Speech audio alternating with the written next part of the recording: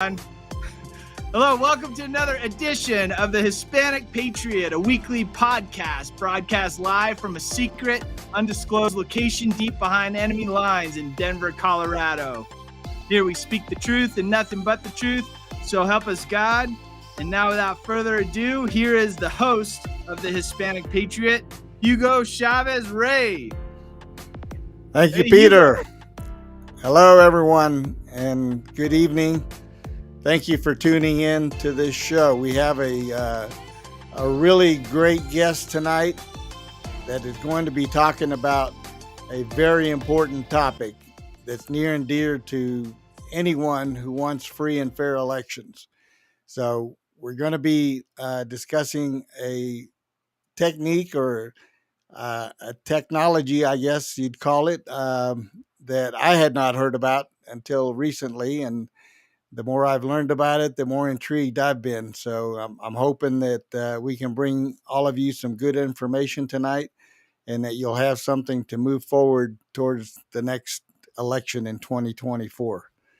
So without further ado, I don't want to take up too much time tonight because I do want to get into this topic. It's very, very, very important. Our guest tonight is Jay Valentine. Jay Valentine has led the team that built the eBay fraud detection engine and the TSA no-fly list. He is the vice president of operations for Fractal Web.app, a disruptive technology that enables quantum computer results on current hardware. Sounds like a lot of techie, but it'll be explained. Jay is a graduate of the School of Foreign Service, Georgetown University, where he majored in economics, econometrics, statistics, and computer science. Since 2021, Jay and his team have been applying fractal technology to the voter rolls of 20 states. And Jay can be contacted at www.omega4america.com. So without further ado, let's bring Jay in. Good evening, Jay. How are you? Well, good evening there. How are you tonight? Great. You're calling from the great state of Texas. And you are in the great state of Colorado. Yes. Well, good for you. So, as you know, Kim Munson, a good friend of mine here in Denver, is the one that exposed me to you. The day that you were on her show, I kind of caught the tail end of it, and even that small amount that I heard was intriguing enough to me. So I reached out to her and asked her to connect me with you because I really wanted to get to know more about this technology that you're working on. So, tell me a little bit about your background and how did you come about being concerned about voter rolls? Well, we're big fans of Kim, and we love Kim Munson. So next time you say hi to Kim, tell her that the Fractal team and Jay Valentine were saying hello to Kim and the great people in Colorado. So what happened is we're big data guys. I mean, serious, data guys. We built the technology that was the underlying technology, the eBay fraud detection engine. So back in the day when eBay came out and people were going on eBay and selling stuff, and then they would not deliver it and they would change their names and drop off, and eBay could never find a way to stop that.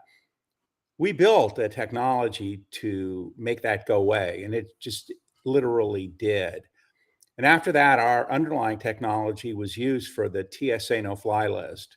And after that, our technology was used by many of the major insurance companies. So Geico, USAA, State Farm used our technology to stop fraud for people who were going into automobile fraud rings. Anyway, so we did that. So about 2020, right after the election, I was in Tucson with my wife, who has a jewelry design business. And I got a call from a 202 number, which is Washington. I don't know anybody in 202. And I took the call, and it was Sheriff Clark, the guy from Milwaukee, who is the black sheriff with the cowboy hat. Yep. We become friends with Sheriff Clark since then. And he said, hey, look, can you guys look at the voter rolls for our state, which we did? And can you compare them with your Fractal Technology, which he did? And I called him back. I said, Sheriff, I think you've given me spoof rolls because these are nonsensical. They make no sense at all.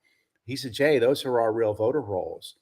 Well, anyway, since then, we're now running 20 states, 22 states, a lot of states. And I have to tell you, they are all the same. The voter rolls are just a joke. And when we compare the voter rolls with other government rolls, like the state tax and the city tax rolls, they just show they are absolutely, completely out of sync. Yep. Well, that's one of the things. I remember reading an article about the 2020 election in Colorado, and one of the things that intrigued me was that, and I can't remember who it was that was reporting on it, but anyway, the conclusion was that out of the 64 counties in Colorado, apparently more than 2/3 of them had more voters than the population, or something along those lines. I can't remember exactly how it was presented, but it was very odd for me, here in Colorado, because we knew a lot of areas that were fairly conservative that were not getting results of a conservative vote. So it definitely triggered in my mind some of the things that a lot of people were wondering about. One of them being the Dominion voting machines that a lot of the counties were using. And interestingly enough, the counties that don't use the Dominion system were getting pretty fair results. If I had my druthers, we'd go back to paper ballots and hand counting. So, I'm not a big fan of the machine thing because too many things can be manipulated with that. So tell me, what is fractal tech, and why is it different from current tech?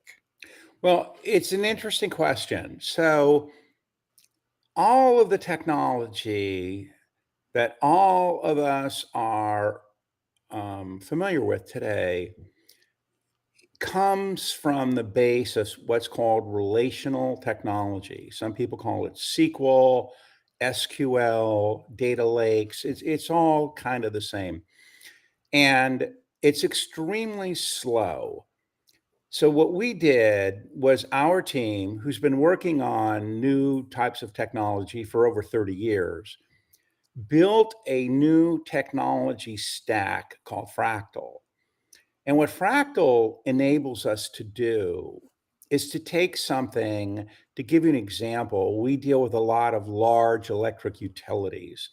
So you might have a large electric utility, and it takes them maybe 4 or 5 hours a day with their entire data center completely tied to a specific objective to get out the bills for those 1 million customers. So at the end of the month, when you add up all the hours that their data center is running, it might be 90, 100 hours. Well, they're using massive computers, 3090 IBM computers that take up like literally whole rooms to run. We rewrite those in Fractal, and they run in 4 minutes on a computer you could put in your pocket. So we have built technologies, particularly in the artificial intelligence space, that give us the ability to run 1,000 to 1,000,000 times faster than any current technology, even stuff in the government. And so what that means is that now when we look at voter rolls and property tax rolls and Federal Election Commission rolls and other rolls, we can now process them so fast that we can tell you on your phone or on your tablet that you have 1,500 people registered to vote who are going to vote in this particular county, and they all live at a Walmart. Walmart doesn't have any bedrooms, but we can point that out. So that's the kind of stuff we're doing. So when you say we, this is your company. What's the name of your company? The name of the company is Fractal, and our website is Okay. fractalweb, web.app, A-P-P. And you can read Okay. about our technology there. And it's really, really accelerating a lot of artificial intelligence systems in the commercial world. Okay. So what specifically are you doing to find issues with voter rolls? Here's the issue. Everybody has lived through 2 years, 3 years of the media saying there was no election fraud in 2020. Now, we're data guys, right? So we are not political guys. We don't really get involved in that stuff. So what we did was we took a little different way of approaching this. What we said is, let's take the government created rolls of everybody who voted. That's called the voter roll. So everybody in your state, in the great state of Colorado, who voted in 2020 is on the Colorado voter rolls, and they're broken up by county. Then let's take a look at the Colorado personal property tax rolls. Now, what's on a personal property tax roll?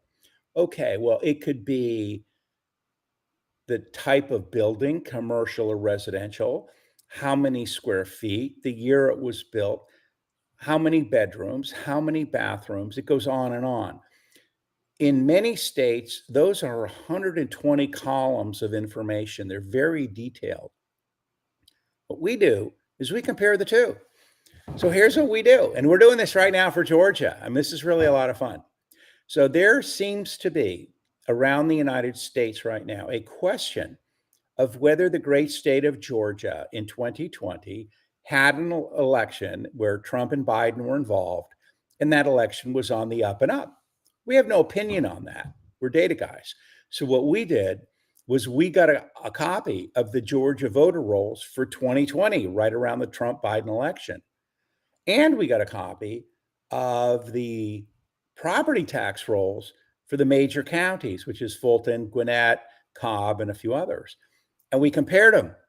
Now we're going to be publishing this very, very soon, and we're going to be doing a video. But what we're able to show is that in these counties, there are tens of thousands across Georgia, hundreds of thousands of people who, according to their property tax rolls, which is an official government document, are registered to vote in a location which is an illegal voting location.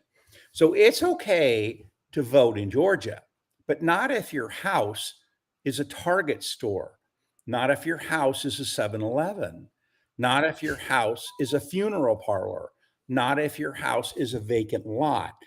So what we do is we show back in 2020, because we can create those rolls, that N number of people, and that's going to be published in about 30 days, N number of people voted in one county alone in Georgia by enough to be able to overcome the amount of which Trump lost.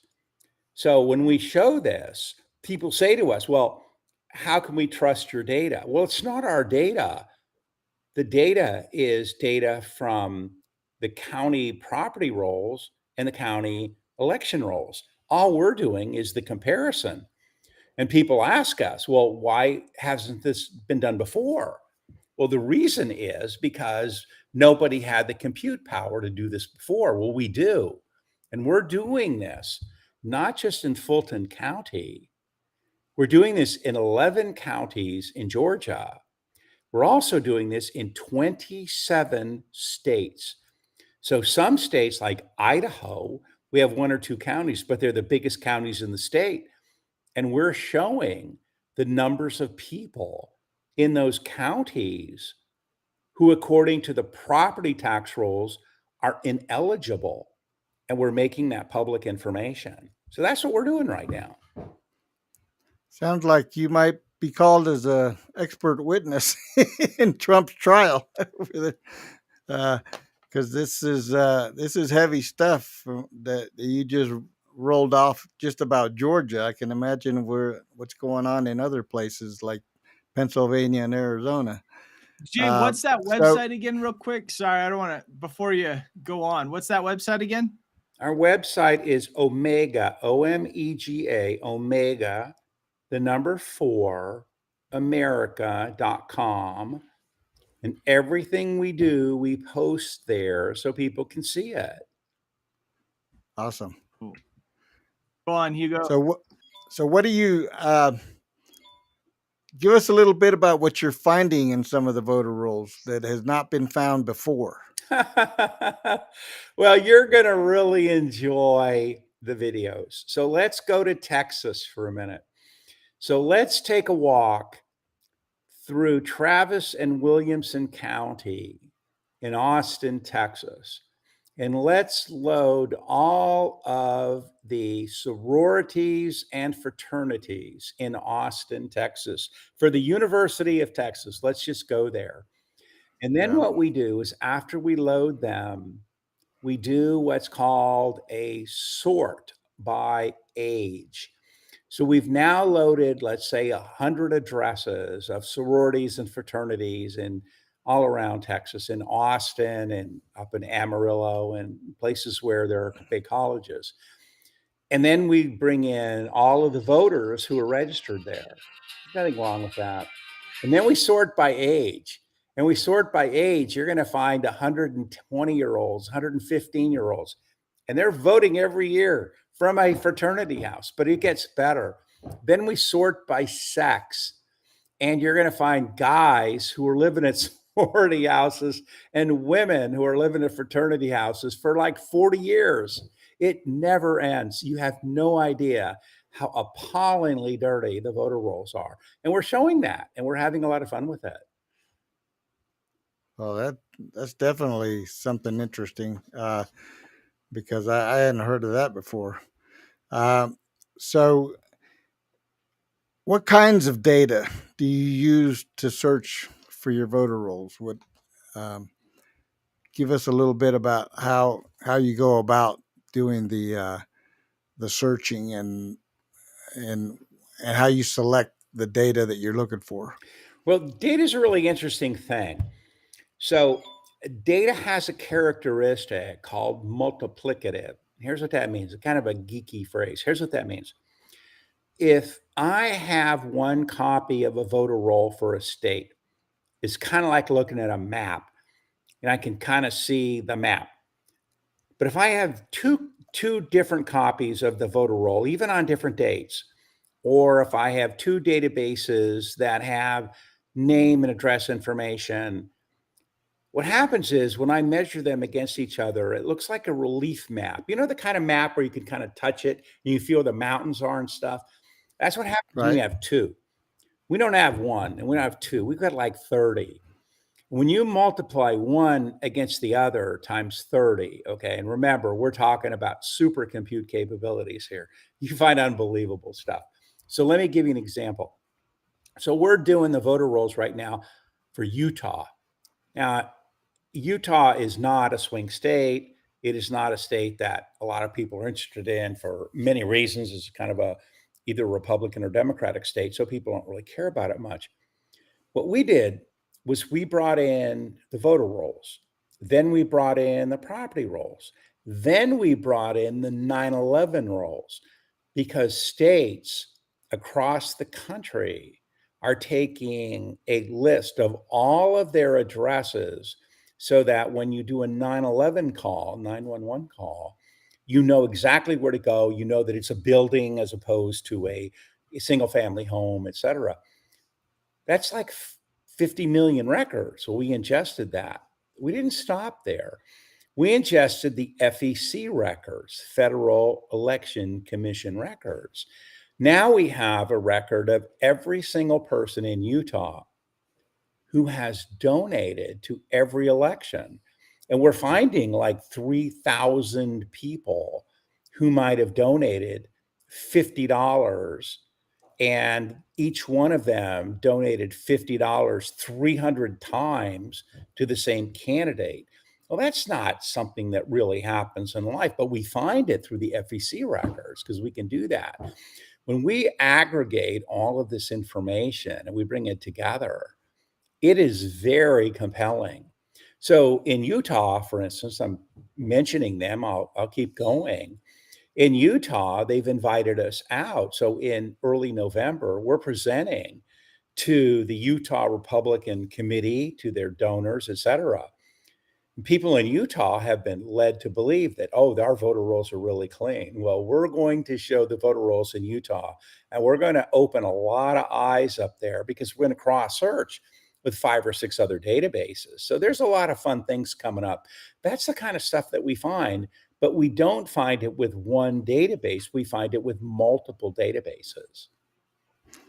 So I guess it begs the question, have you encountered resistance from any areas that that don't want you to come in and expose their voter rolls? Oh, we sure have. The number one resistant group is the Republican National Committee. So this is really a fun story. It's funny you asked that question. So we had a call a couple weeks ago. So one of the largest donors to the Republican National Committee set up a call, and they invited us to the call. Now, I didn't know any of these people. So I get on the call, and before the call, they said, well, this particular donor, who will remain unnamed, wants the Republican National Committee to see your really great technology so that you can help them. I was like, okay, we're happy to help out. So we get on the call and we're talking to these people and we're showing them we did a demonstration. We showed Nevada and Wisconsin and Florida. We showed a few of the states we're doing. And during the call, they were like, wow, this is amazing. This is really great. And this is really terrific. Wow, we've never seen anything like this.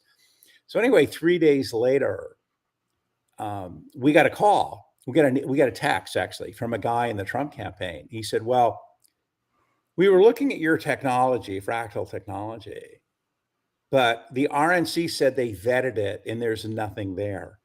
So here we are. We are like absolutely doing all these great things with all of these states. And it's fascinating what we're finding. And the Republican National Committee, who has no technology at all, I mean, they're absolutely idiots. And when it comes to technology, and it's incredible what they do. They have no capability at all, are telling people that our technology doesn't work.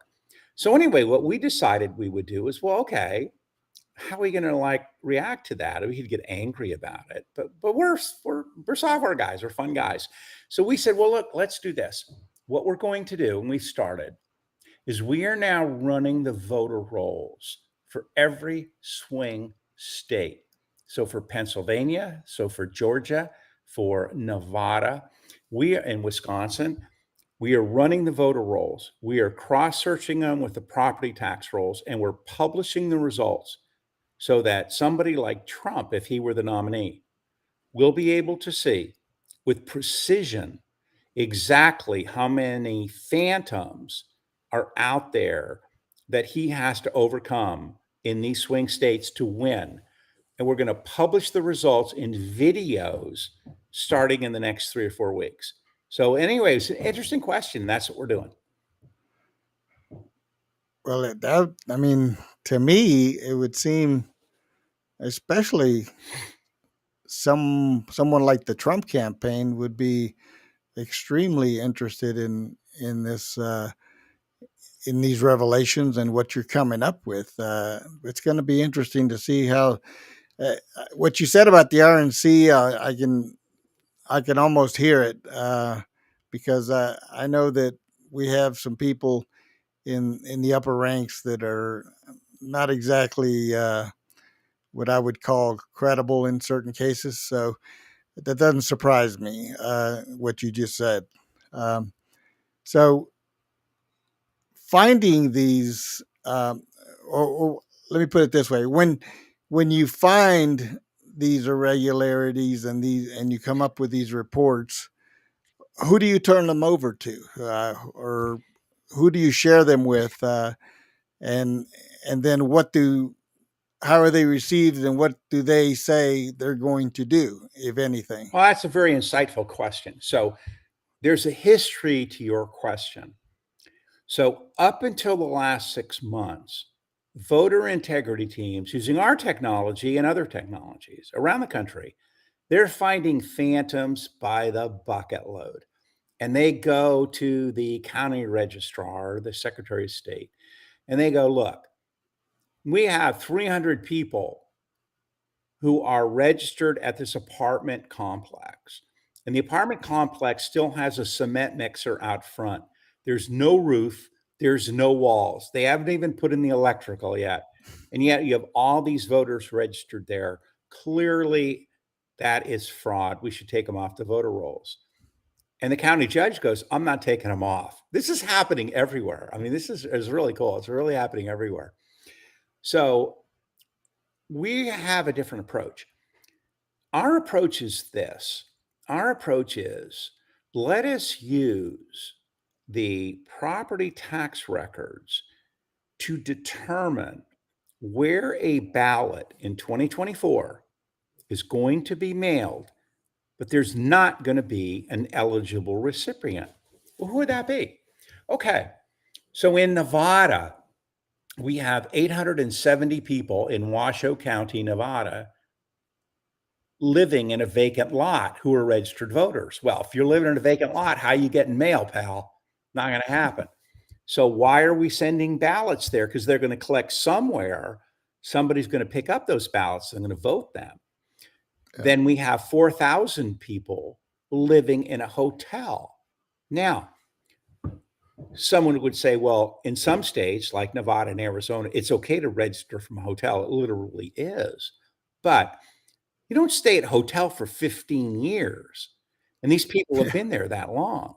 So we're able to report that if you send a ballot to this location, nobody's going to be able to get it. So it's going to collect. What happens to ballots that collect? They get picked up by the Postal Service. They get given to leftist groups.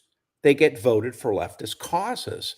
So what we've done is Yeah. we have built something called the Undeliverable Ballot Database. What is that? That is a database in every single county, in every single swing state that says right now in 2023, going into 2024, 12 months before the election, this is the list of every location that your record of your voters, the voter registration record says, is going to get a ballot. And yet your property tax record says, ain't nobody there. Every single one of those we can identify today. That's pretty powerful stuff 12 months before the election. Mm-hmm. And so, what is getting back, I wanted to share a story with you about the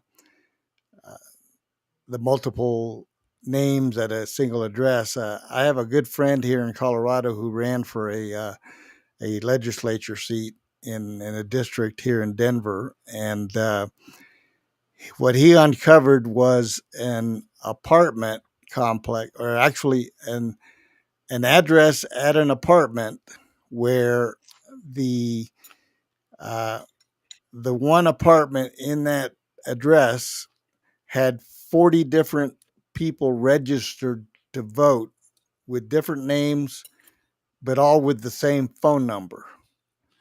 And when he uncovered it, he took that to the Secretary of State, and the Secretary of State refused to do anything about it. They just put it to the side and decided that it wasn't anything worth pursuing. So I guess what people in general wonder is, okay, all of these activities uncovering all of these bad voter rolls and people voting who shouldn't be voting, etc., they're uncovered. But if the powers that be, the people in charge, aren't willing to do anything about it, then what recourse does the average person have? I mean, not that's not even counting the people that are actually running for these offices. What recourse is there if they're not going to do anything about it? Well, I agree with you. What we hear from everybody is despair. The leftists right now are lining up in all of the key areas across the country and all of the swing states ways of really populating those voter rolls. So this week in Pennsylvania, if you follow the news in Pennsylvania, the state signed a deal with the governor that said we are going to give voter registration to every person who has a driver's license. So if you go to Pennsylvania and you apply for a driver's license, you're going to get registered for the voter roll. Now, what we know is a lot of those people are never going to show up. They're never going to vote, but I can assure you somebody's going to vote for them. It is a really, really, really hard thing that we have ahead of us. And I don't want to in any way diminish that. However, there are tools that we now have that we didn't have before. And one of the greatest tools we have is the tool of public repudiation. Now, people ask me, why is it that you are the first guys who compared voter rolls to property tax rolls and showed people living in Walmarts? Well, because nobody had the technology to do it before, but we do. And we are showing it in 27 states, probably ultimately 35 or 36 states. We believe that as we continue to do this, people will be so outraged, they will take action. We'll see, but we believe that with hope, that's what's going to happen. Well, that's definitely the goal for sure.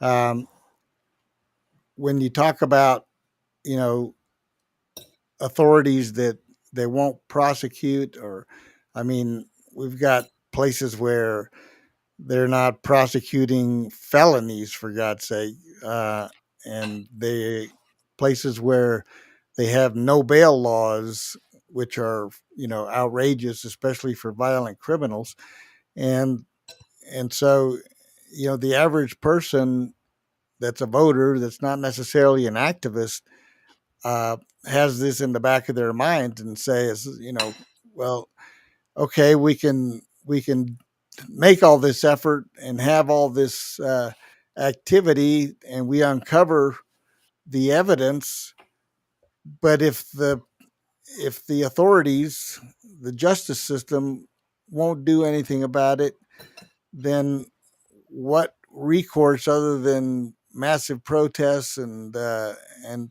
people rising up and voting people out? What recourse does the average person have? Because I talk to a lot of friends, and they're very cynical at this point, because they say, yeah, well, you know, yeah, we can put up good candidates, we can talk about the issues, we can do all those things and have good people running for office, elected office. But if the elections are not on the up and up, it's all for naught. And that's a very frustrating feeling, I can imagine. I'm not I'm not one to give up. I will continue to fight, but a lot of people get tired and they say, you know, you can't fight the system, and you're never going to win. So unless election fraud is eliminated, uh, we're done with fair and free elections in this country. And I'm from Peru originally, and I can tell you, you know, that in Peru, for example, voting is mandatory, and election day is a national holiday. So and everybody votes on that one day. There are no mail-in ballots. There are no early voting. You vote on that day that's designated, and if you don't vote and you can't prove a a good reason why you didn't vote, you can be fined. And so I'm not suggesting that for America, but it just goes to show that third world countries have and they have uh, voter ID, photo voter ID. You have to prove who you are to vote. And when you go there to the polling site, you carry in this mailer that they sent you that has your voter ID and everything. And then you have to show photo proof of who you are before you can vote. And God help you if you try to circumvent that system. So third world countries are outdoing us, the great, the mighty USA, in terms of making sure that voting is as clean as it can be. And of course, there's exceptions to that because we're in places like Venezuela and Colombia and other places where cartels have taken over. Um, they rule by violence. So that's a different picture altogether. But I'm talking about in places where violence is not necessarily the tool.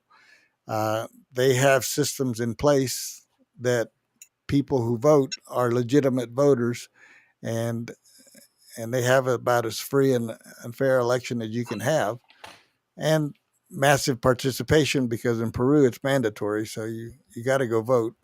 Um, so in America, I think we're behind the times, but I've been pushing for photo voter ID for a while now, and the first ones to stand up against it are the ones that I think are most concerned about who is actually voting, and they know that there are people who are voting that shouldn't be voting, and so that's why they don't want that type of a system here. So, uh, tell me what. I was gonna ask you this a little earlier. What um, Yeah, are you guys the only ones doing this as far as the fractal system? And if so, why? Why are you guys the only ones doing this? Well, first answer to your question is we would love to have someone else doing this. This is not what we do. We run artificial intelligence systems for large electric utilities to protect the power grid. We get paid a lot of money for that stuff. So Mm-hmm. running around trying to get the Republican National Committee to adopt, you know, current technology to be able to see things like this and have them completely rebuff us is really sort of a waste of our time. But the first comment I would make to your last comment is look, despair is never the answer. Sometimes you look at this and it looks like it is hopeless. But I am telling you, I have 27 or 28 states emailing me, and I talk to these people every day. And I'm not a political guy. We're not a political company. We're data Mm-hmm. guys, but these states call us and they talk to us. They're not backing down. They are finding where all of this voter anomaly stuff is going on, and they're taking action in their state. So I have great optimism for what these people are going to do. So going forward, other people are not doing fractal level work, but other people are, going through voter rolls. We have literally, I have people for the last 2 years who are groups of prayer groups of little old ladies sitting around a counter in Wisconsin. And they would call me up and they would use our system, which is pretty sophisticated software. And what they wanted to do was to do deep voter roll analysis. And when we saw the work they were doing, it was really impressive. So don't think for a minute this stuff's going to continue. the world has changed after 2020. And I'm not supporting whether Trump's going to win or some other guy's going to win. It doesn't have to do with that. It has to do with, has America really understood that the US voter rolls are corrupt, that there are parties, perhaps in both Republican and Democratic parties, we don't know that, who are putting phantoms on voter rolls, that both parties are manipulating voter rolls around election time to favor a certain candidate. All of that is true. And all of that is being exposed by these voter integrity groups. And it may not be in 2024. We don't think it will be, but it's all going to change and it's going to get cleaned up and this stuff's going to get shut down. It will. And we don't know that as data guys. We know that as people who get the phone calls and voter integrity groups in some states, Florida, they have 15 or 20 voter integrity groups. They don't even know each other. And each one of them's working with us and for the same goal. We're going to clean those voter rolls. So we're very optimistic that while 2024 is probably lost, we're very optimistic that going forward, this is something that's going to get cleaned up.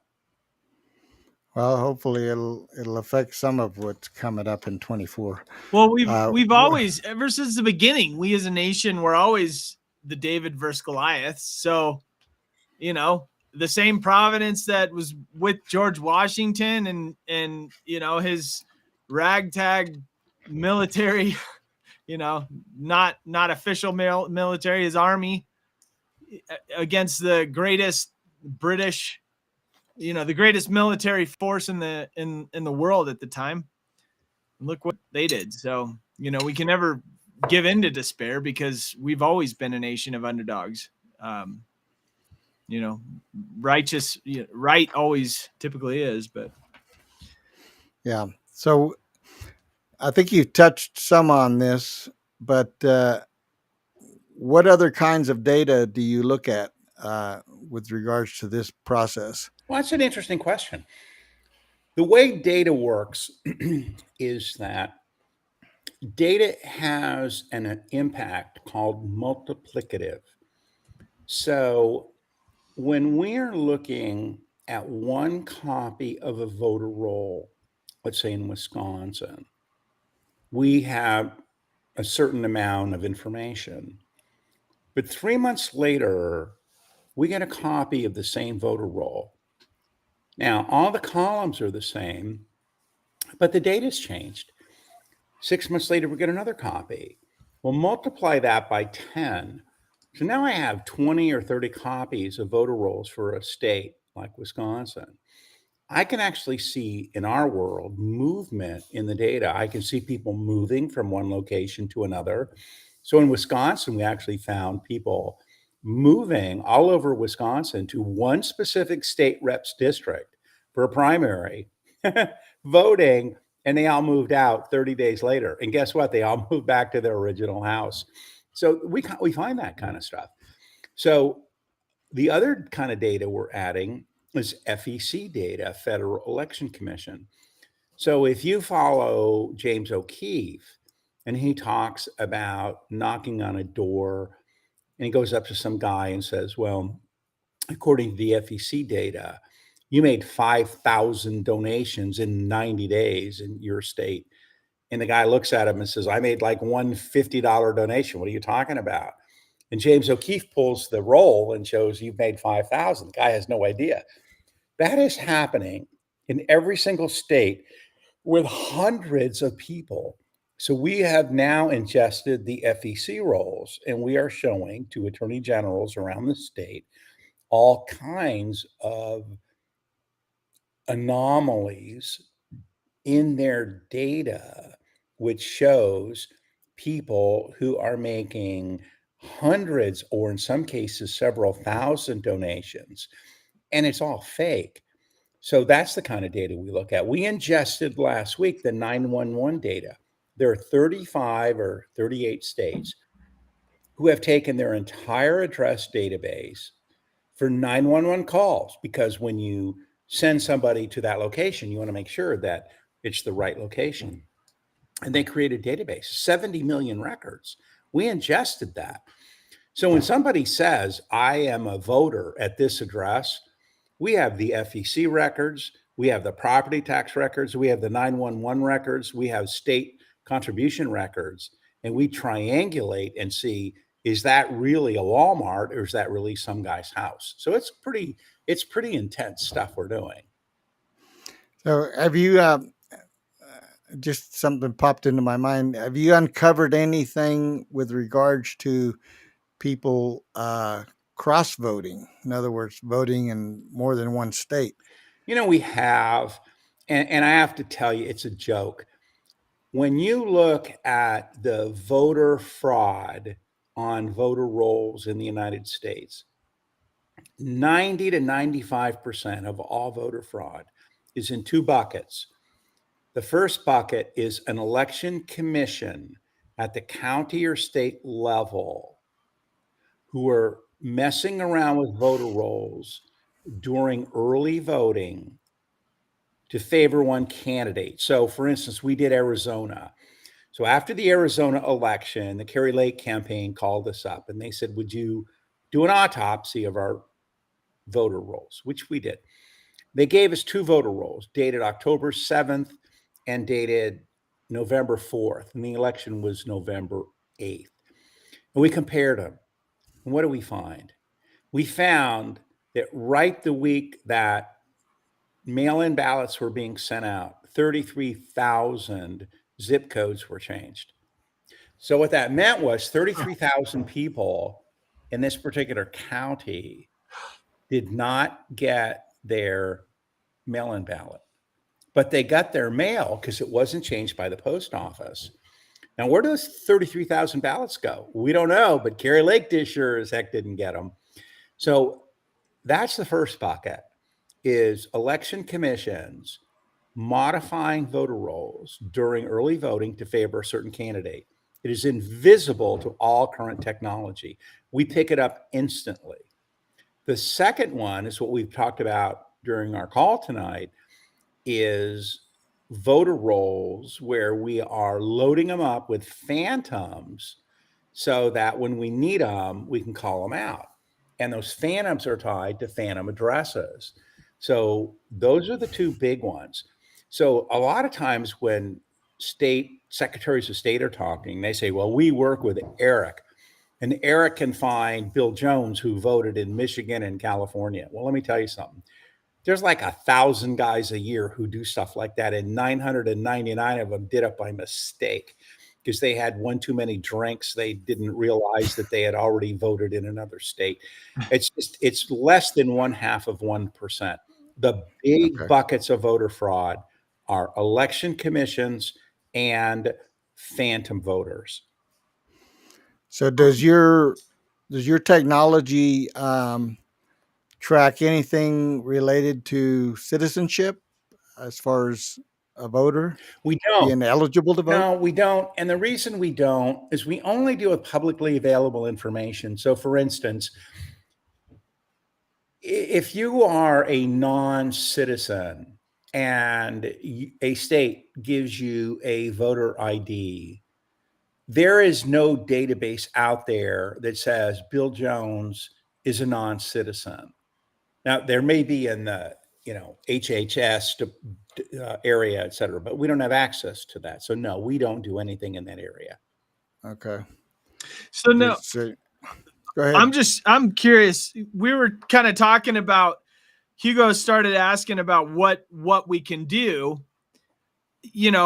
with this. One thing I've noticed over the last couple of years since 2020 is a lot of people are just going to social media like we're doing right now, and speaking out. And that's how most of this information is coming out. Is there something that we, the listeners, can grab off of your site or to post, just get this information out there? Is there what, other than that, what can we do? And is that a feasible option? Because forget the Republican National, whatever, what about, we'll write Joe Rogan, Tucker Carlson, whoever, anybody that's willing to, this is this is big. This is huge. I mean, this type of technology is huge. It's very incriminating. And if it's just facts, truth, you don't. Anyways, what is that a possibility? And if so, what would be the best way of doing that? Well, one of the things we recommend is that every county in America has a Republican county chairperson, in some cases, a gentleman or a woman. And they are sort of the landing zone because remember, everything that happens in elections happens at the county level. So when people ask me that question, my answer is, yeah, you should call your Republican county chairperson. You should ask them the following questions. The Fractal guys are spending a lot of money to make sure that if you, as the county chairperson, if you collect the property tax rolls for your county and you collect the voter rolls for your county and you send them to the Fractal guys, they will analyze them real time and they will show you how many people are voting in your county who are illegally registered according to your government tax rolls. There are 3,200 counties in America. Right now, I have 70 or 80 counties that we've done this for. Now, we've only been doing this for about a month, so that's a lot of counties. But every county in America should have their county tax rolls, their county voter rolls in our system. And we can tell you the exact address of every single location in your county that's going to get a fake mail-in ballot a year before the election. And this is pretty powerful stuff. Yeah. Okay. So go to our Republican county chairman and get the tax and voter rolls. Get those to you. Yep. So, just curious, have you been? What shows have you been on? Have you been contacted by any large media type shows like, Sean Hannity or Joe Rogan or any of the big Well, we wigs? have. Remember, we're data guys, right? I don't exactly have a face for TV. So I got a call from Steve Bannon's show, and they said, we want you to be on with Carrie Lake. And I called him back and I said, hey, let me explain something to you, pal. Carrie Lake's like the most beautiful woman in the MAGA movement. I am not getting on there with my face next to Carrie Lake. I'm not doing it because we're data guys. I mean, we're really good at what we do. We're not TV guys. We got a call from, I can't mention his name, but it's the number one person in media today. Everybody knows who he is after he got fired from Fox. So we got a call from his group and they said, we really want to do, and I said, guys, I'm not doing it. Let me explain how we're going to do it. We are building these systems for states across the country. And typically we work with Republican legislators, state senators, and state reps. These are political guys. They love being on TV. They got great teeth and they're looking for this kind of stuff. What we will do is we will bring those guys on to explain what our work is. But frankly, we don't really want to keep digging into this political stuff. We want to get back to building artificial intelligence systems for electric utilities. I mean, this stuff's a real pain in the ass for us. It really is. And so we're not looking to be on TV. We're not looking for any of that stuff. So yeah, we're getting called by all the big shows, but I can assure you right now, you will not see us on any of them, but you will see some of our clients on there. Well, there are some that are just radio, so you could speak on the radio. No, I'm on radio all the time. I do radio. I've got a face for radio. Yeah. All right. So, well, we're gonna keep pushing on you because we got to get this going. We got to get this out there. Well, we're gonna light a fire with this because I'm really into this now. You've really piqued my interest. Well, one of the things you're going to like is Colorado is a really cool state. So when we started looking at voter rolls, 3 years ago, every state was the same to us because we don't know anything about voter rolls, right? We just didn't. We know a lot about them now, but we didn't know a lot about them then. We got calls from these people in Colorado. Everything in Colorado is mail-in ballots and all this crazy stuff. Anyway, in the last 3 weeks, we got calls from 2 groups in Colorado, and both of them are very sophisticated people, data-wise. I mean, they really know what they're doing. Was one of them Magellan? I don't know. I mean, I don't know the name, but anyway, these 2 groups are voter integrity guys and women, and they're collecting the state voter rolls and property rolls. I don't know if it's for all the counties or the key counties. I don't know what it is. We're going to be running that.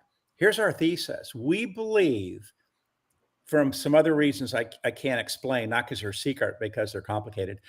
We believe that Colorado is not a blue state. It is a purple state that actually leans red. But the voter anomalies, because of your massive mail-in ballot stuff, is so overwhelming that the fraud is baked into the system. Now, we're going to know this to a gnat's ass level in about 2 months, because we're going to have the voter rolls from the key counties. We're going to have the property rolls from the key counties, and we are going to put this stuff on the internet. And we are really looking forward to that. So Colorado, for us, the 2 states that for us are the most interesting states are Colorado and Arizona, because in both states, we know this stuff is going on, and we are now getting the data to prove it. We're going to show it graphically, and we're going to publish the results on the internet. Yeah, I want to see on that site, on your Omega for America site. Yeah, what we're going to do is we publish them on the Omega site because we want people coming to the site. But we have spoken to Gateway Pundit, which is essentially the #1 conservative site on the planet. They get like 1 billion hits a year. And we are going to be publishing Fulton County there in about 3 weeks. Right after Fulton County, we're doing Georgia. Right after Georgia, we're doing Texas, and then a couple other states. And then we're going to do Colorado. It's going to be really cool. You're going to really enjoy it. I can't wait to see the look. You are going to be getting all this information out. And I mean, you're pushing it out. You're saying no to the interviews and all that, but you guys are still pushing this information out. So yeah, I mean, I don't want to sit there next to Carrie Lake and everybody goes, who is that old greasy guy next to beautiful Carrie Lake?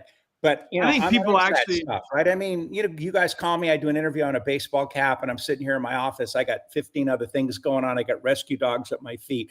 We're not into the business of trying to be TV personalities. That's not what we do. We don't care about that crap. We got a company valued at $1 billion. We don't need to be on TV. What we care about is we want to empower.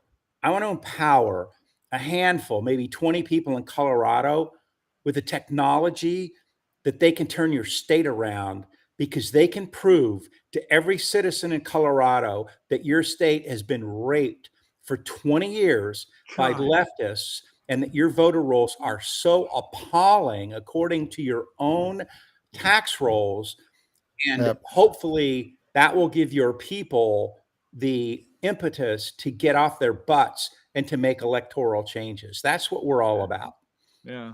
That would be great. Sign me up. Well, this has been a very informative, and I expected to be surprised and somewhat shocked, and I have been.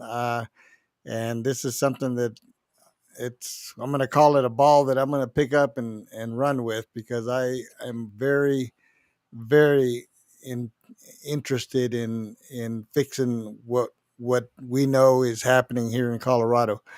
And I know a lot of people that are going to be interested in working on this. So I might even organize some kind of forum and bring in all the key players and talk to them about this. So I'm going to be in touch, and I'll also watch your website and try to get as much information from you as we can. And say hi to Kim Monson. We love Kim. We're huge we love Kim Monson fans here in Austin, Texas. Yes, Kim is great. She's a good friend. And so we want to thank you for coming on tonight and giving us this information. And hopefully we've got a big audience. I sent out over 100 invites just a couple nights ago, and I got some good feedback because this is a topic that's really at the top of a lot of the voters and especially the activists. So thank you for your time, and we'll be praying for you and your group, and hopefully we can. I'm like you, by the way. I'm an eternal optimist, so I'm not one that's going to give up or walk away. So I want to make sure that that this gets out. So thank you for coming on, and we'll look forward to speaking to you throughout the next few months. Okay. Good night, guys. Take care. Thank you, Jay. It's been a pleasure. Thank you, Jay. Thank you. Take care. Good night. All right. I'll tell you what. I told you it was going to be powerful, and I think this is a bomb ready to explode. And I think we're going to get some really good interest on this topic. I'm going to send it out. I'm definitely going to organize a meeting of a group of people that I know will have this in their hearts, and hopefully we can get the ball rolling here in Colorado, because this is where we need to start and clean this thing up. Yeah. So. Yep. Absolutely. Right on. That's cool. Been a great show. I want to leave you with a positive quote for the day, and that is, if you don't like something, change it. If you can't change it, change your attitude. That comes to us from Maya Angelou. So it's a very, I think it goes really well with what we discussed tonight. Don't give up, fight, and let's get our elections back to where they should be in America. So thank you, everyone that was watching tonight. If you didn't get to watch it live, it will be on our platforms. And please share the heck out of this, because this is a topic that needs to be spread far and wide. So thank you. Good night. God bless you, and God bless America.